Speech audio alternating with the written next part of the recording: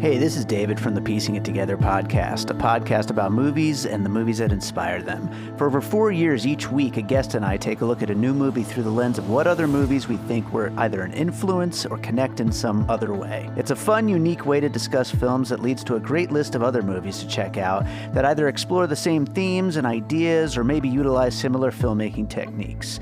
Including special episodes in our side series that twist the format, we've done over 200 episodes, so there's bound to be one on a film you've been thinking about and want to dig deeper into. So check us out on all the major podcasting apps and at piecingpod.com.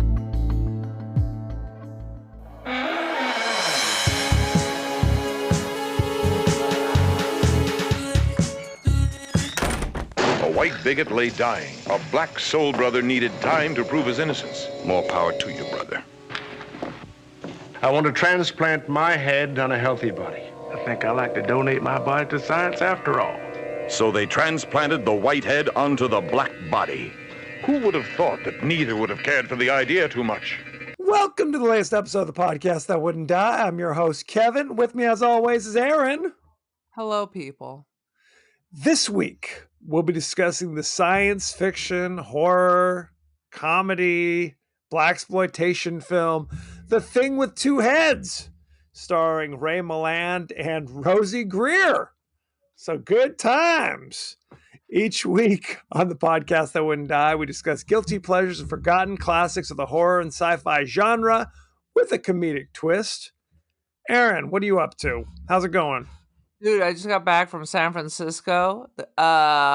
San Francisco is the best town. Polaroid Convention, Instant Film Society.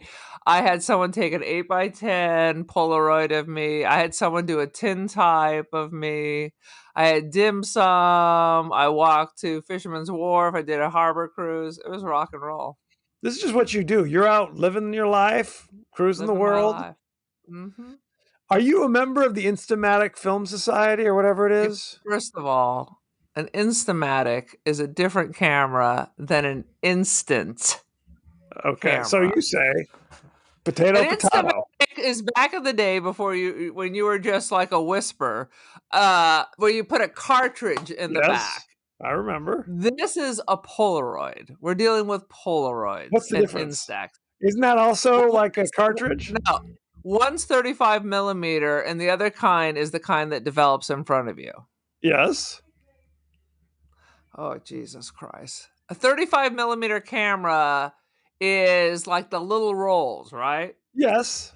But how's that instant? It's not. You were calling it an Instamatic. I don't know why it was called the Instamatic. Well, no, but you said it was instant. Is different. An instant film is like a Polaroid or an Instax where it spits it out and it develops. An Instamatic, I think, implies the fact that you don't have to, when you load a 35 millimeter, you don't have to pull it plug it in. Okay. Gotcha, just a cartridge you just slam into the camera and close it. I guess it was as Instamatic as that was. But, I'm going to go dive deep. There was like our grandparents used to have a Polaroid land camera, the kind you would take the picture and you had to wait for a minute and then you peel it open and you instantly, 1 minute, 5 minutes, have a perfectly developed, beautiful picture. This is so interesting. I had no... Fascinating. Okay. As a child, I went on school field trips with the Polaroid where it spits out the thing. And I was like, so now I have to have like a little bag where I'm shoving all these crazy little pictures. What the hell? How do you do it as an expert of Polaroid? Okay, I saved the pack, the box, and I just put that in my pocket and I just drop them in my pocket as I go. Interesting. Because you still have to shield them from the sun. Okay. You can't put them in like a sandwich bag and wave them around. I'm like, you're the only person who says it's so annoying that I get to see my pictures right away. I would rather shoot film and then and never develop it. Just throw it like that Vivian Maier character where they just, after she died, they found steamer trunks full of undeveloped film. She just shot and never developed anything.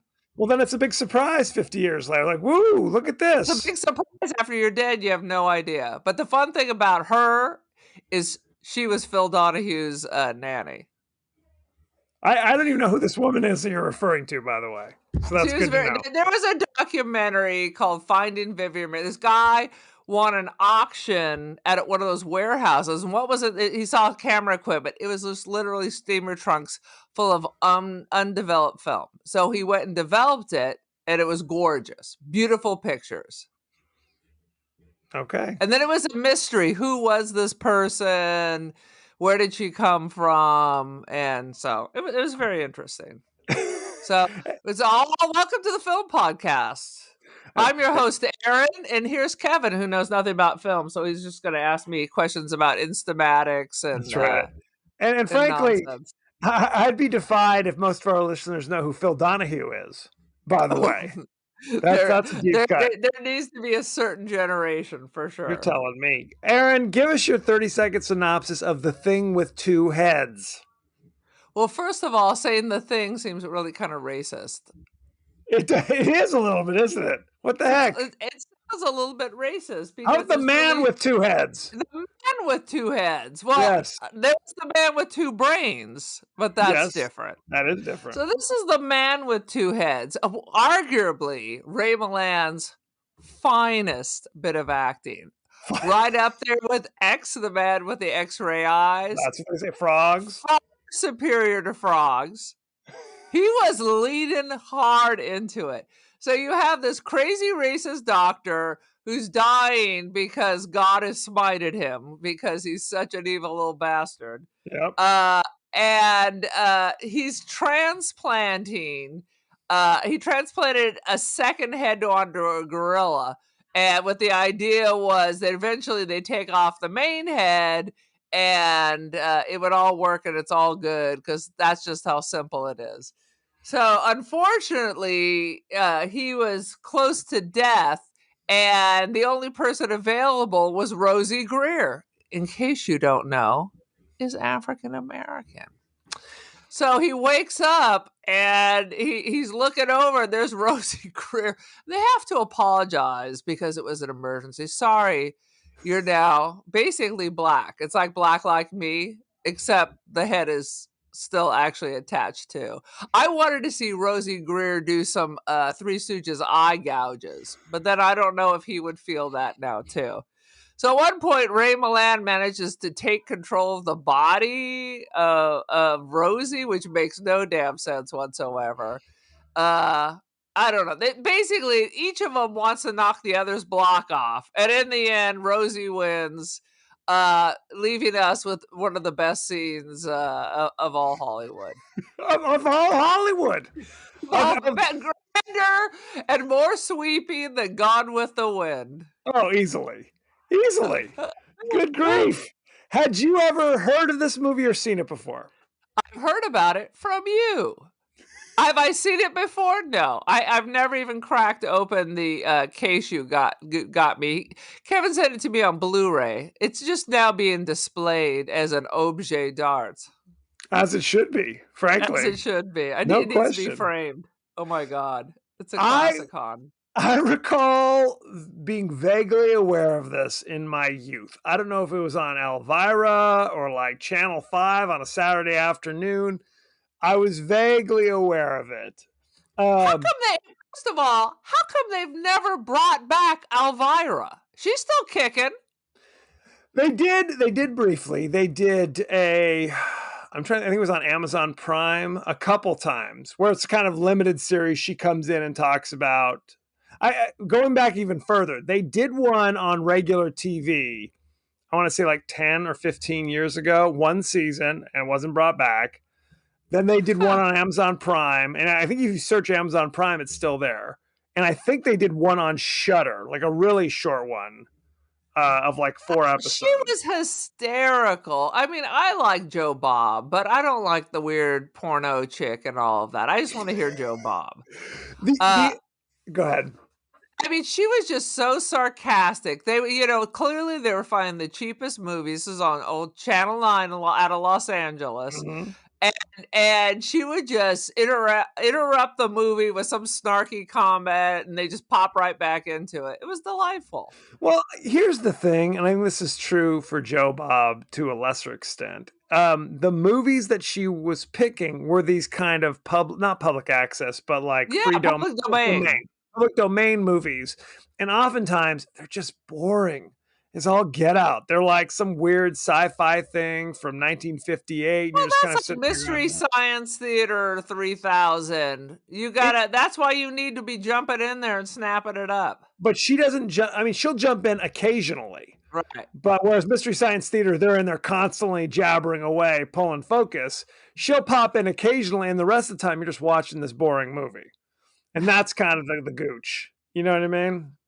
But if she's on something like an Amazon Prime, they have money. It's like once you move over to HBO and Amazon Prime, they have money. So she could be ripping through modern films. Absolutely. No problem. No question. No. When she's done it on those other showcases, those are much more entertaining. But it's like even Joe Bob, he did a Valentine's Day thing. And one of the movies, I was just like, I'm not watching this. I watched 20 minutes of it, and I'm not, without naming them. Actually, I will name them. It was called Necromantic, which some people love. It's a German film with subtitles, which I don't have an issue with subtitles, but it's about this weird necrophiliac couple that bring a body in and put it into bed with them, and I'm just like, okay, moving on. Have you seen it before? Is that why you object? Or yes. Are you like the people opposing Salman Rushdie Satanic Verses? Yeah, and Harry Potter. No, well, maybe. Who's to say? Depending on what we're talking about. No, it was just kind of gross. But he's done that before, where they'll pick movies that are just boring. He did this movie from Canada called Things, where it was literally like filmed on video and with no discernible plot and just kind of boring. And then what's the point of that? Some people love it. Some people find it so absurd that it's funny to them, and I just find it boring. It's The Room, but a horror movie. The Room is like Lawrence of Arabia compared to these damn things. Oh my god! But anyway, the problem is most of the time I just fast forward the movie to just listen to Joe Bob. I don't usually do that. I've probably done it maybe 3 times total. There was one movie, a Japanese film by the same guy who did Audition, which just was a cringy kind of movie where it's like there's a lot of like, here's a bowl of vomit, or this guy's getting his limbs hacked off with piano wire, and I'm just like, I'm out. I'm not sticking around and watching that. Not feeling it. I had a long discussion about horror with somebody recently, and I just said, to me, it needs to be fun. Horror for me should be fun. If it makes me, if it's too cringy, I'm out. It ceases to be fun for me. That's my opinion.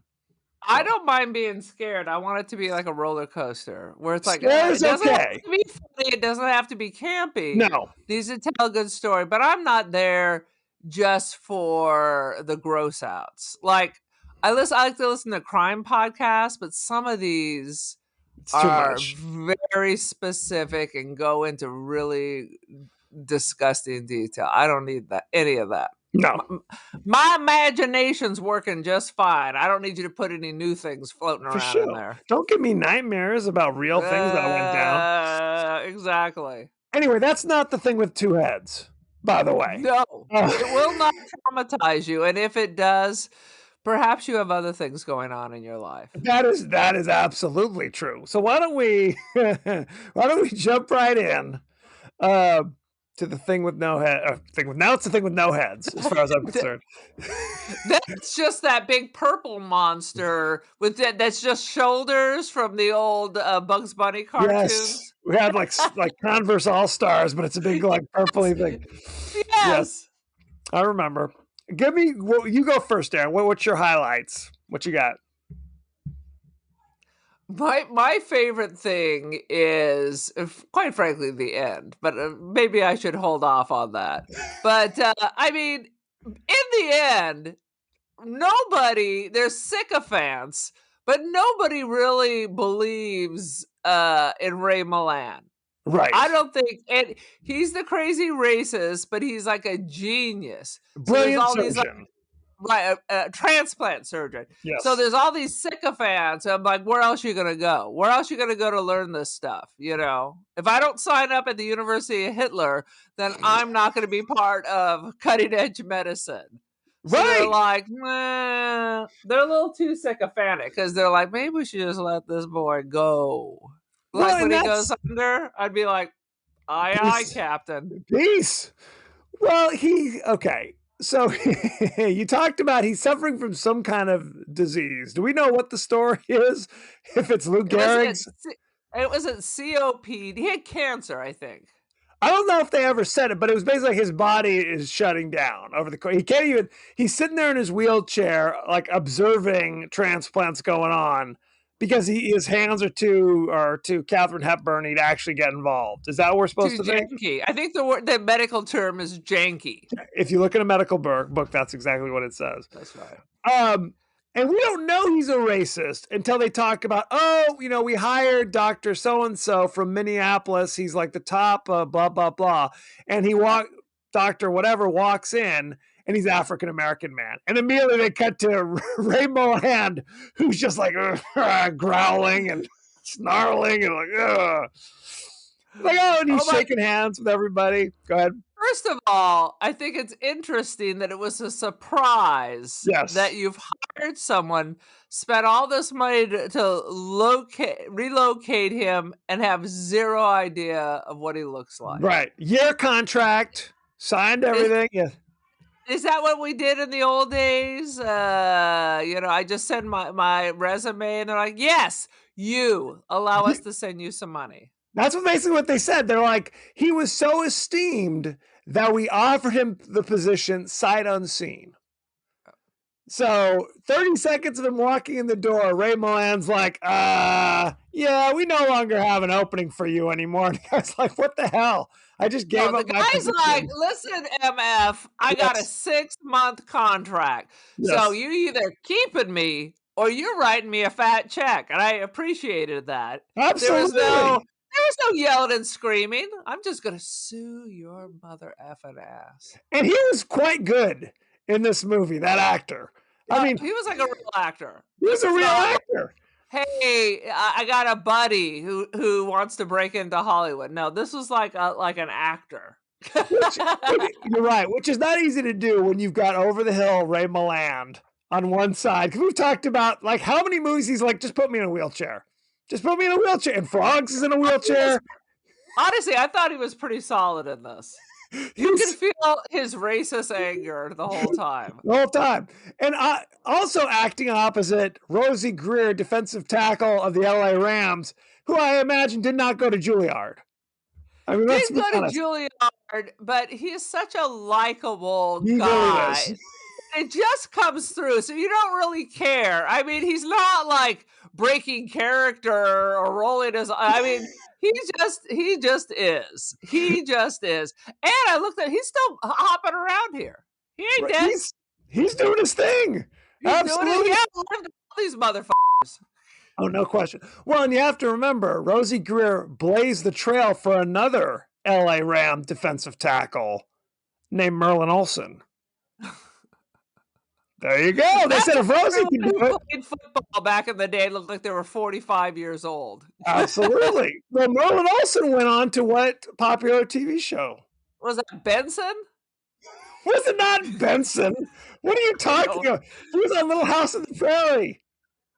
Oh, I'm getting all my football players that look like half cowboys who went on to TV shows. Correct. Who was the other guy who also went on to Goonies? Who was that? That was John Matuzak, who was a defensive lineman for the Raiders. He played Sloth. And then there was the dude where he adopted a black kid. That's Alex Karras, defensive tackle for the Detroit Lions, was on Webster. Yeah, there are a lot of... All these people are the same person to me. Bubba Smith was in the Police Academy movies, defensive tackle. All the defensive tackles have the chops, evidently. Baltimore Colts, yes. Especially if they're in the 70s, they're full of personality. Oh, no question. No question.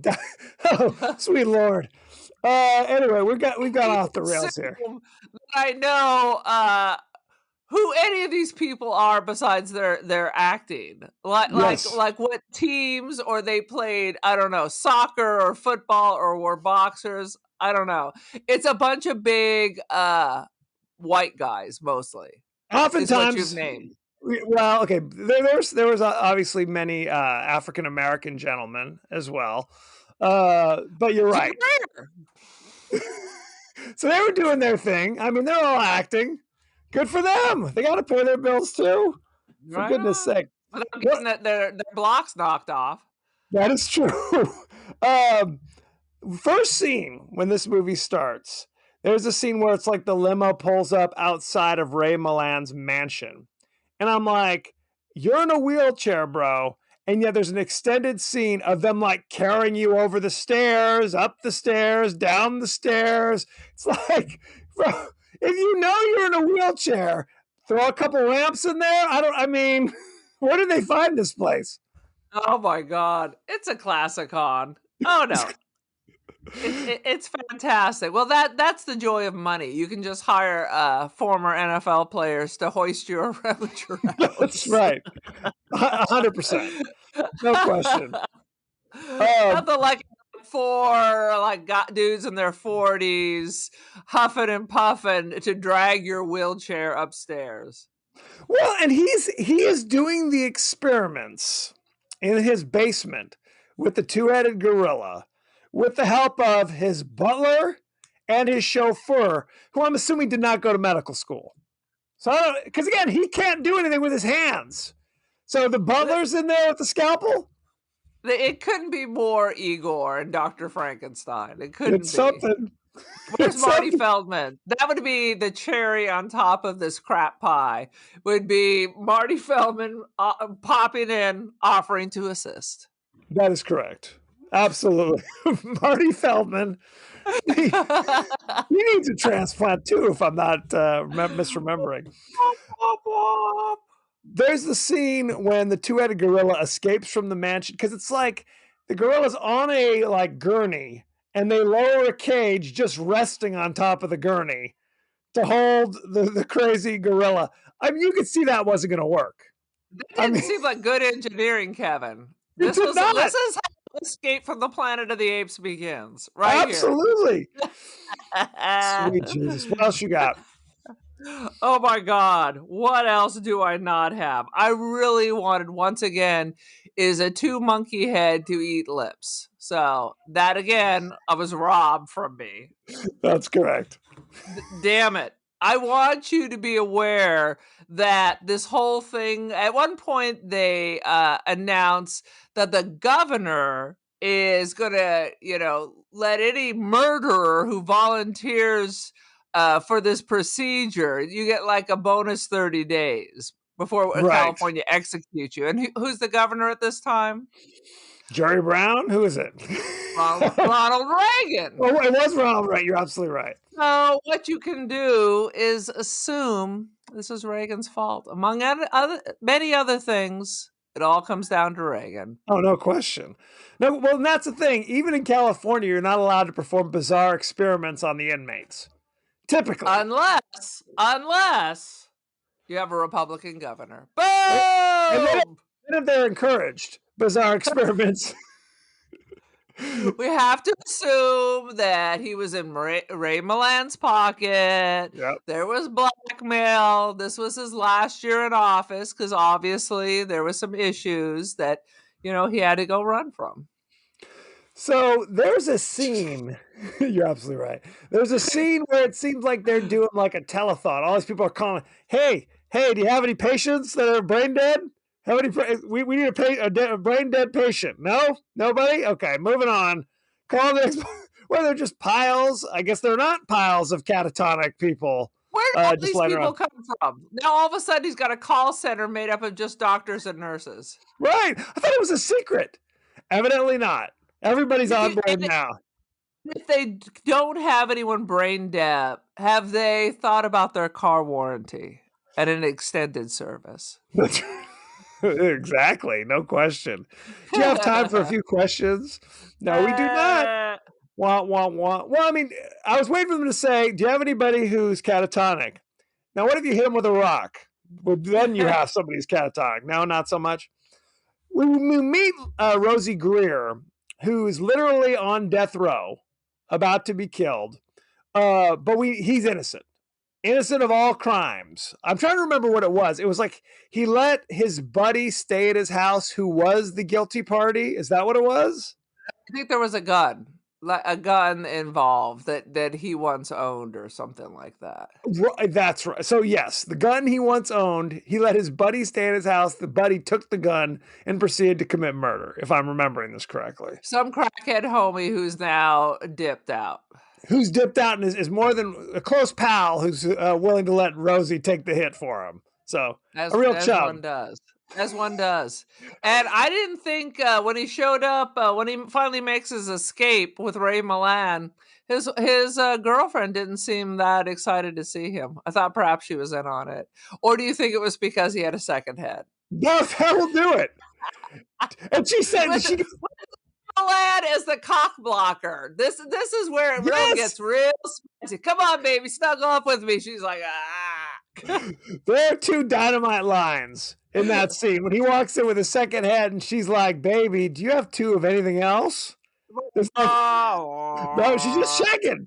And then when he climbs into bed with her to get down to business and the lady gives him the cold shoulder, he turns to Ray Milland and says, oh, now you got to go. Oh my God, and while he's just shouting crazy racist shit, is this all you people think of? I was like, oh my God. I should have known your kind sticks together. There's a lot of horrible racism from Ray Milland, no question.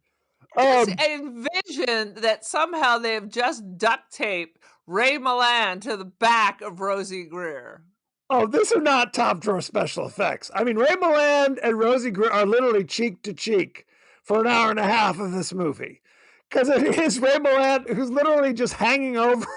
He's like resting his head on Rosie Greer's shoulder. Yes, it's top drawer all the way. It's like I imagine him as kind of like a baby carrier. It was a Bjorn. Yes. It was in a Bjorn. And then one of the better parts is whenever they're laying down, there's clearly a cardboard box where you can see the edge of on many shots. Yes. Nobody caught that. That was real Ed Wood Jr. Magic there. Well, it's all about the big picture. There are multiple scenes where it's clear they put Ray Milland down and then just had Rosie Greer just lay on top of him. That's what I love. Like they don't have Ray Milland on top. It's clearly Rosie Greer on top. Just crushing his enfeebled body underneath 300 pounds of Rosie Greer. So good times. They said, Ray, either this will kill you or make you stronger. You're already in the wheelchair, for goodness sake. So we're halfway there. Whenever they would pull back to reveal like Rosie running down the hall, there'd always be the fakest mannequin head glued to his cheek, basically. It was it was like I'm at Saks Fifth Avenue in the mannequin section.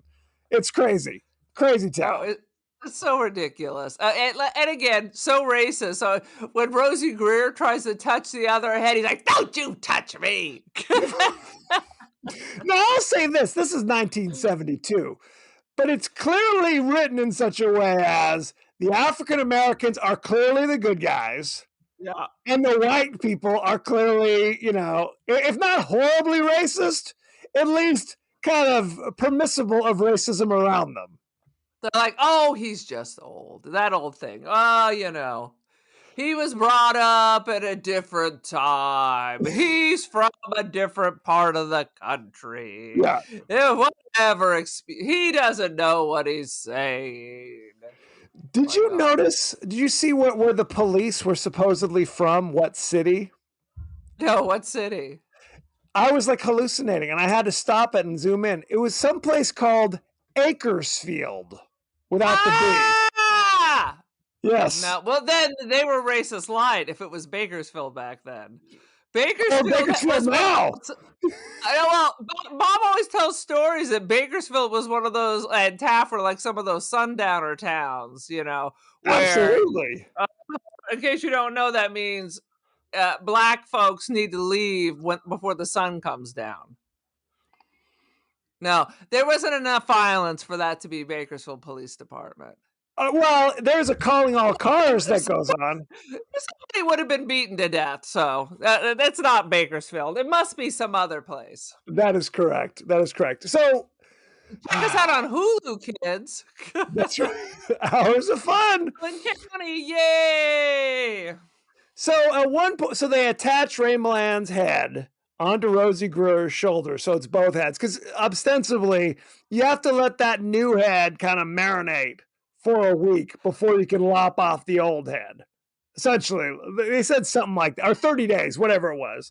That's why they said, hey, you'll get to live for 30 more days, but eventually you're going to bite the dust as well. I think that's fascinating that like if you chop off your arm, you're home in like a couple of weeks. That's it. Well, not to mention your head will be off center, right? When they remove the other head, your other head is going to be like over here on your shoulder. Doesn't make any sense. You can't go to the chiropractor right away. Otherwise, they might just lift that thing right off.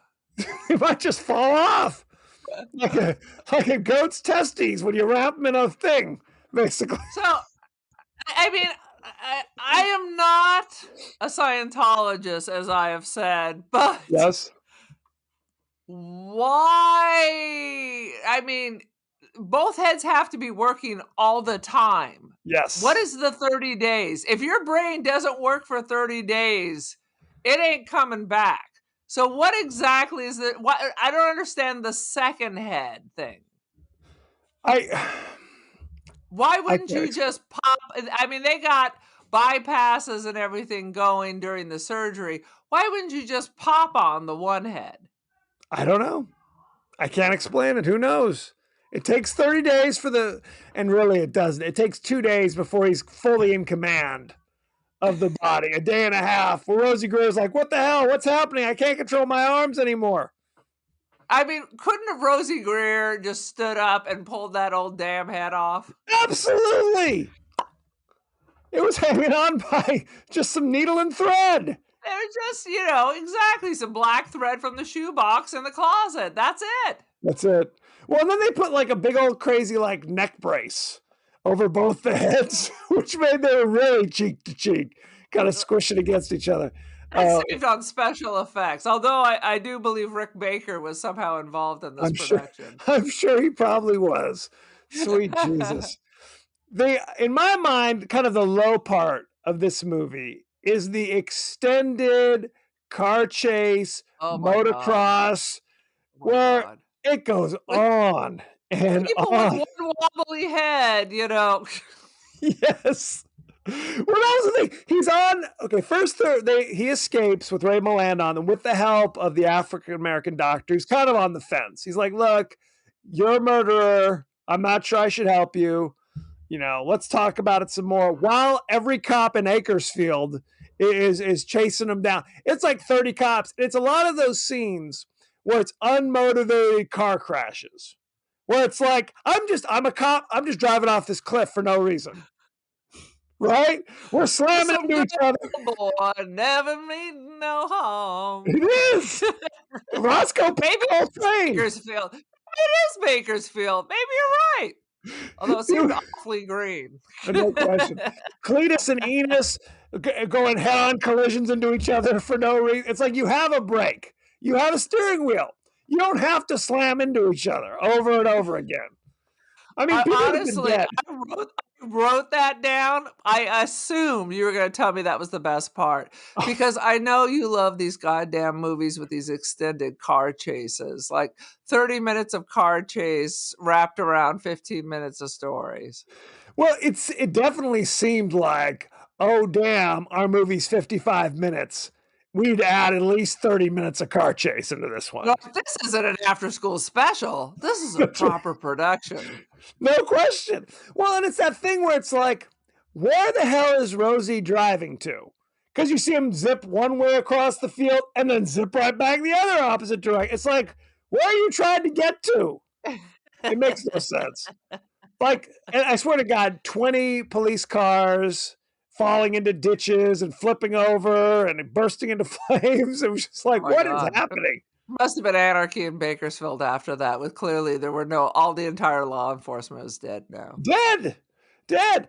Well, okay, so they steal the car, but then I don't remember why they leave the car. They leave it at one point. The cops are chasing them with a helicopter. So they steal a motorbike.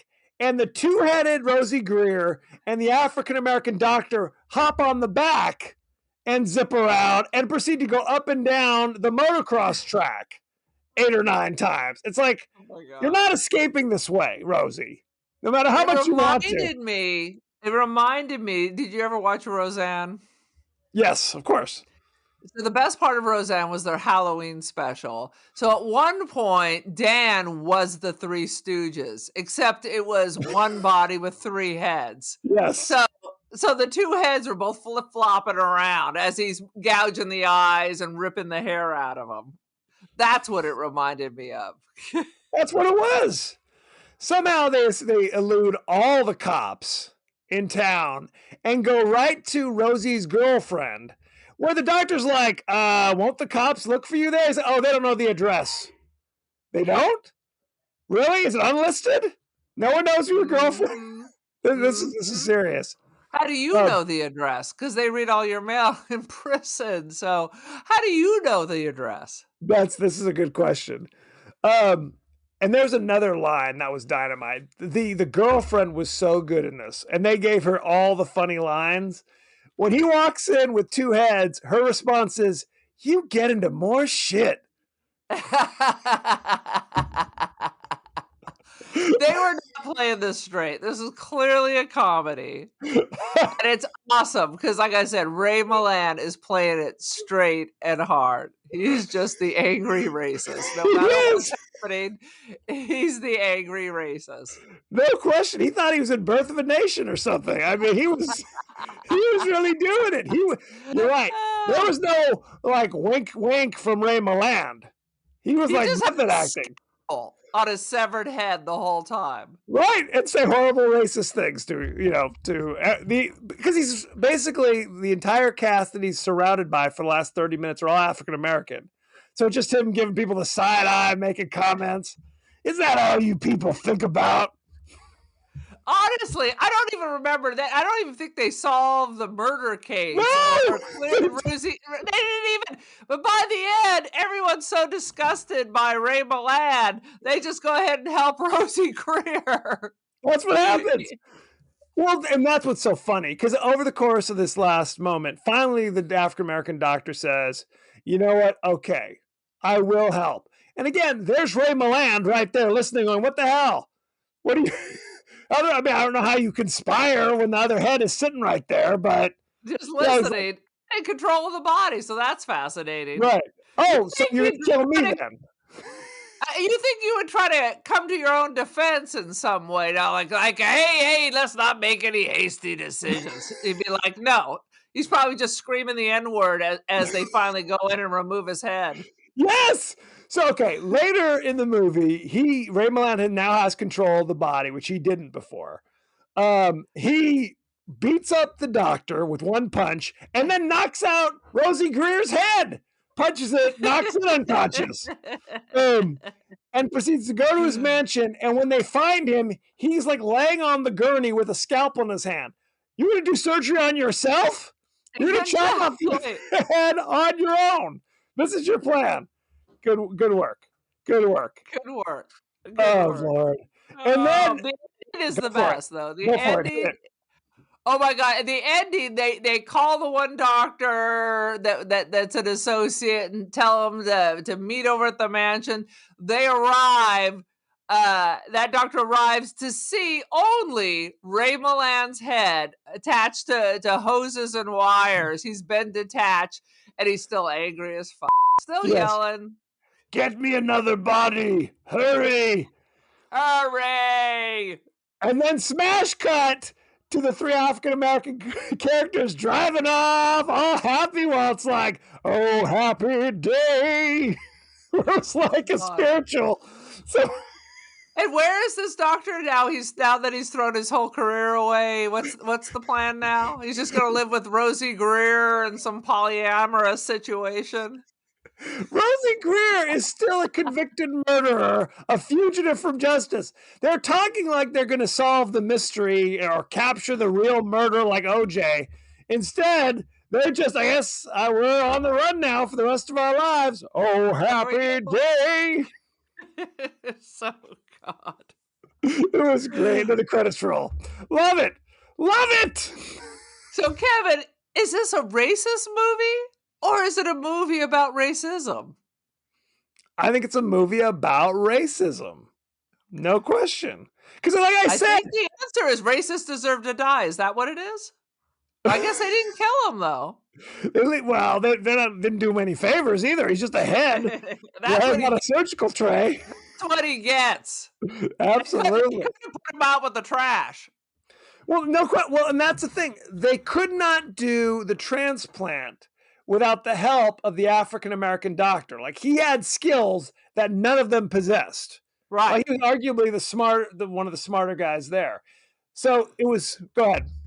What I was going to say is he'd come there to learn all about this stuff, but he never did. So how did he know how to do this? Well, he had some techniques he was bringing with him. You can sew a finger back on. So you figure, well, it's about the same. I think it was something like he had some techniques where it was like dealing with the body's natural desire to reject foreign organs or something. Like he was bringing that to the table, but he wanted to study at the foot of, and I've got all the characters' names.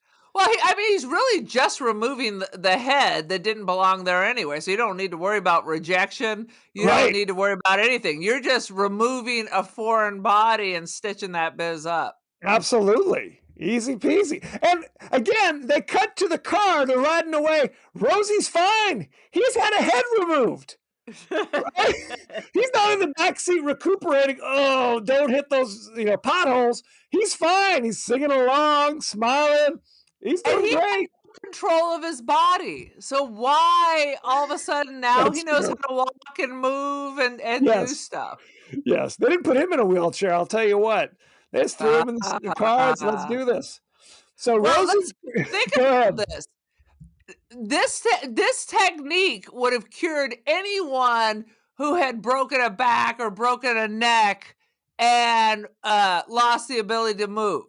This magic cure would have taken care of that. If you can pop a head on and off and not lose anything and all those nerves and blood vessels, I don't know, in the marrow, like I said, not a Scientologist, but if you can do that, you can do anything. No question. Well, and that's the thing. It's like today, 50 years later, we do not possess the ability to repair the spinal cord or the central nervous system. It's like not at all. In your CPU, it ain't coming back. As of this moment, it's not. But somehow, Dr. Kirshner had some skills, though he could do it like in his basement with the help of Igor the chauffeur, for all we know. There you go. There you go. What else you got? Anything else? I got nothing else. I thoroughly enjoyed it. I just want to say I thoroughly enjoyed it. Because you can tell. Usually when I don't take that many notes, it's either because I'm bored, right? Because I'm just into it. Absolutely. Well, and that's the thing. It's like if they could have done something with the car chase scene, this movie would be unimpeachable, in my opinion. It's really the car chase scene which kind of bogs it down. Because I swear to God, it's 45 minutes. I think you're 100% right. Because I was reaching for the phone, seeing who texted me, I was like, when will this shit end? Right. Why were they on dirt bikes? What? Right. It's a thing. It's a thing. Let's go behind the scenes. There frankly isn't that much in terms of behind the scenes. Hang on. Stuff. I just want to pop in here and say what they could have done to fill the time is Rosie Greer with racist Ray Milland hunting down the person that Rosie's accused of the real killer. The real killer, absolutely. That could have been the movie. He's trying to convince him to turn himself in while Ray Milland continues his racist rants. Slowly takes control over the body as well. Like he's got to handle this before Ray Milland takes over. Right? See? That could have taken up some of that dirt bike. Next thing you know, it would have been they're in those little Shriners cars cruising down the highway. Right. And then it could have been like, see, we're rewriting the script. Then it could have been something like his compatriots at the hospital, the other white doctors are like, well, hang on. Now we know he's innocent. We can't go, can we go through with this surgery? We can't do that, Dr. Kirshner. I don't know. Who's to say? Good times. Okay, let's go behind the scenes. Not much, like I said. There's a couple things. It says Joan Prather's debut. I don't know who that is. I don't know what role she played or what she did, but it's her debut film. I know Rosie Greer. I know Ray Milland. And I know Rick Baker, the Monkey Man. Rick Baker was the gorilla. That is correct. And that's all you need to know. It was such trash. It was fabulous. This was the winner of the Golden Turkey Award in the category Worst Two-Headed Transplant Movie. Out of the series of two-headed transplant movies. Well, what's crazy is there was another one that came out about the same time. And it was called, this is true, The Incredible Two-Headed Transplant. And it stars Bruce Dern and Pat Priest, who played Marilyn Munster, and Casey Kasem. Yes. The Incredible Two-Headed Transplant came out, I guess, a year before. No Suzanne Plachette? It could be in her debut role. Who's to say? Oh, my goodness. So that's it for behind the scenes. Shall we talk about the cast and crew? Please. The director was Lee Frost. You know him from Chain Gang, Policewoman, The Pickup. You know all those movies, don't you? Policewoman, the series? With Angie Dickinson? This was a movie starring Sandra Curry and Tony Young. You know him, don't you? A lady cop infiltrates an all-female criminal gang. This sounds like Caged Women situation. It absolutely is, no question. Interesting Caged Women and nonsense. And Chain Gang Women is the other movie. So yes, a murderer escapes from a gang, forces his co-inmate to go along and aggressively, oh my goodness, this takes a dark turn. Moving on. So don't watch these movies. The cast. Oh, sweet Jesus. Ray Milland plays Maxwell Kirshner, the racist transplant surgeon. Hey, let me ask you this bizarro question. Please. Remember the movie with Richard Pryor and Gene Wilder where they like escape criminals together? Stir Crazy? Stir Crazy. Do you think this is like inspired by this movie? No. Well, if they had like two heads or something, maybe that would have been a good one. Those Ebony and Ivory sidekick situation. Those dudes did like 5 movies together. I know. It's so bizarre. Oh, by the way, this makes me think of this. I watched this movie, which it was called Silver Streak. I'm sure you're familiar with it. With Gene Wilder. Well, it's basically a kind of Cary Grant kind of murder like Alfred Hitchcock. That's what they're going for kind of thing. But it's Gene Wilder instead of Cary Grant. But they're having him do like the same beats where it's like he's hooking up with Jill Clayburgh in the room and they're making, and you're like, wow, this is Willy Wonka. What are you doing, Willy? That was at his peak, man. He didn't age well. He did not age well. He still had the crazy Gene Wilder hair and all that stuff going on. It was untamable. Yes. I loved Willy Wonka. As it progressed, his hair just got more out of control until it was like practically a whole fro. Well, you wonder, was it a comb over? Is that what he was going for? Because it's like the parts on the side of his head, and it's kind of a weird combination of two things. I think it was like they were straightening his super curly hair, and it was a funky comb over. And so as dried hair hit moisture, it just started just all over the place. And Richard Pryor is in that movie, but not for very long. They just have like a scene where they meet up, and in typical 70s fashion, they disguise Gene Wilder as if he's African American, and that's kind of played for laughs. And the big joke is Richard Pryor says, Gene Wilder's concerned. He's like, "Are we going to fool the cops who are chasing them?" He's like, "I'm not worried about the cops, but I hope we don't run into any Muslims." That was a joke. Everyone, that was a joke. Let's offend everyone. Let's offend everyone. Okay. It was just good, clean humor back in the day. Exactly. Good time. So, Ray Milland, we know him from The Lost Weekend, Dial M for Murder, Love Story, The Uninvited, and of course, X, the man with the X-ray eyes, and frogs, and good stuff. Treat yourself to X, man. If thine eye offends thee, pluck it out. No question. Roosevelt Grier, known as Rosie in this film and in life, frankly. You know him from Half Nelson, The Thing with Two Heads. Evidently, he was in one episode of Quincy M.E. Oh, I love Quincy. Quincy, another dude where it's just like, yes, I'm 65-year-old man, but you're going to see me hooking up with some random chick in every episode. Get ready. It's the 70s. No question. Don Marshall played Dr. Fred Williams.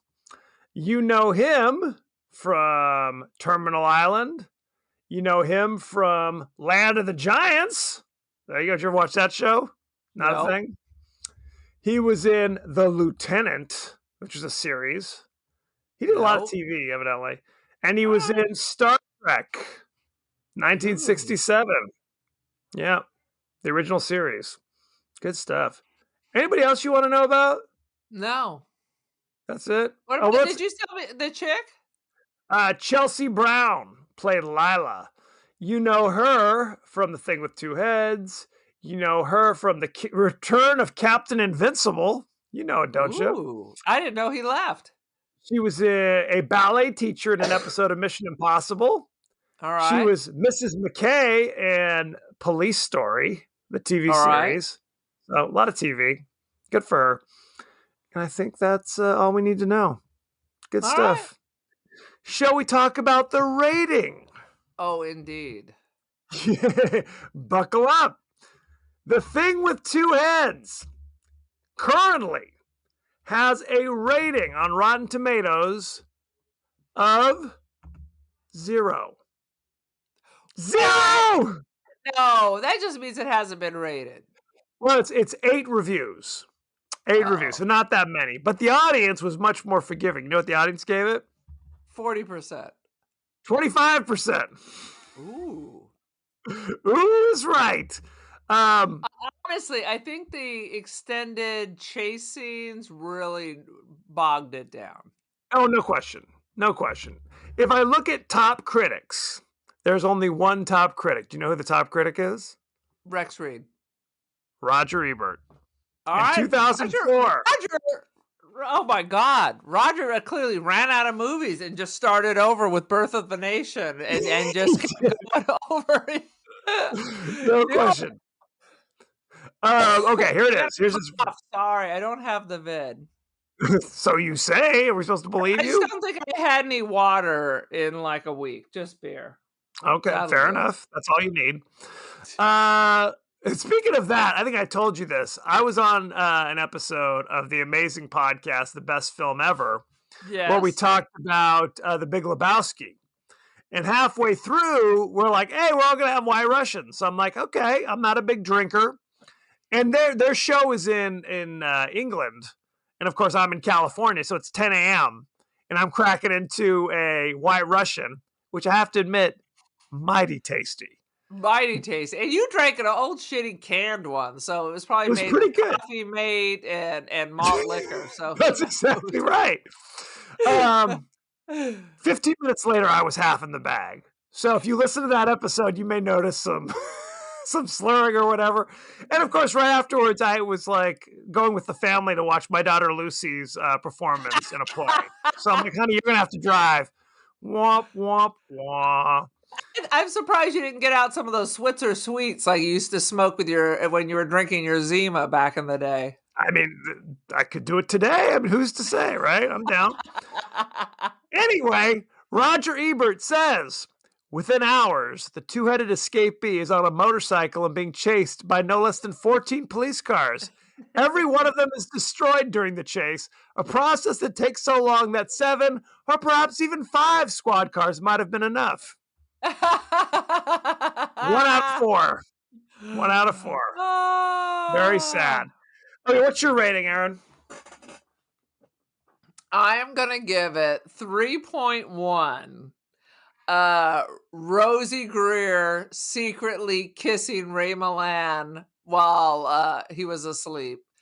Out of 5. I don't remember that scene. What is happening? Some fan fiction? Jim. Just do it. It's a little fan fiction. Little fan fiction. There's 2025. Sweet Lord. Okay. But here's my caveat. Lay it on me. Viewers, listeners, I would give it a 4 if you promise once you start seeing car chases, you just fast forward through it. Then it's a 4. Otherwise, I stick with my 3.1 if you insist on watching all this fluff filler car chases. I totally agree. I give it 3 out of 5. You get into some shit. Are there 2 of everything? Oh, you got to go. It is. Look, I mean, the script is actually well written. I mean, the dialogue I enjoyed. The performances I thought were good. I mean, it's obviously a B movie, but everybody is doing their work, right? They're making choices. It's absolutely entertaining. It is it's really, I mean, I can handle the beginning of the chase when they're in the car because they're actually having conversations while they're doing it. The moment they get on the bike, it is interminable. It is fast. Do yourself a favor. Watch the movie, but fast forward through the entire motocross part of the movie. You're welcome. I mean, my only other caveat is it is a little, in my mind, a little racist at the end when they all are escaping. They're just singing spirituals. I was like, I guess that's true. Is that a little cringy? Is that a little cringy? That's a little. You're absolutely right. That may be in poor taste. Am I being a little woke there, or what's the story? Who's to say? Who's to say? I mean, you could. I mean, well-meaning people could discuss this and may have different opinions, but I could see why someone might say that. Talk amongst yourselves. Let me know. So, thank you very much. Go to our page on Twitter. We're on Facebook. Aaron, are we on Twitter? Well, I guess I just said we're on Twitter. Are we on Instagram? Are we on TikTok? What's the word? We are on the gram. We are on the Ticker Talker. Well, at least for now, until the government shuts down the crack that is TikTok from China. We are, I don't know where else. We're on Tumblr. We're on Parlay. We're on OnlyFans. The direct line to Elon Musk. So, we are the podcast that wouldn't die. And you're going to find us on YouTube as well. Boom.